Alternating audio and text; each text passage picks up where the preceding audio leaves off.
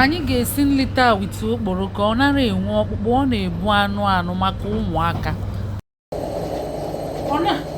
Ọkwa anụmanụ ka ịkọtụ ya ọgba ụgbọgbo ifuru ya ọgba ụgbọgbo ịta ofu ọ bụrụ 1:1.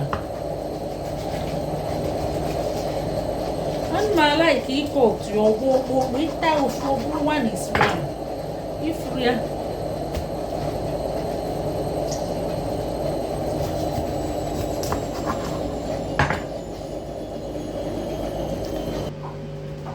A na-etinye onions ọfụma n'ihe a na-esi. Ọ bụ ya bụ nọmba 1 spice and ọ na-enyekwa iron n'arụ.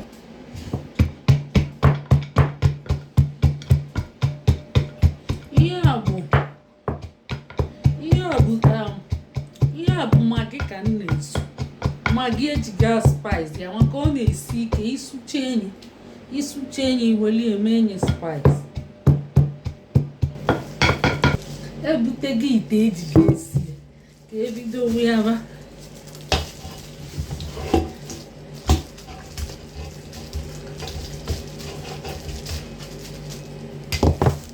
Nke a bụ spice, ya bụ magi. Na ihe anyị nwa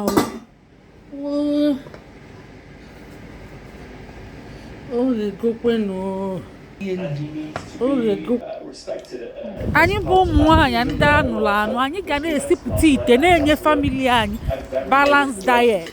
Sipụta ite bunye di anyị, kechieli o wee gaa ọrụ, anyị na onwe anyị ebukweli gaa ọrụ ka anyị ghara ịdịzi na-eli nri n'ụzọ mgbe niile a na-eli nri n'ụzọ. O nwee ka ọ dị ka okpokoro. Ụmụnne ya bụ Chineke mekwela onye ọbụla amala ka ihe ọ ga-eli bịa, ihe ga-eli mmadụ ya bịakwa na akpọkwana anyị iru ise.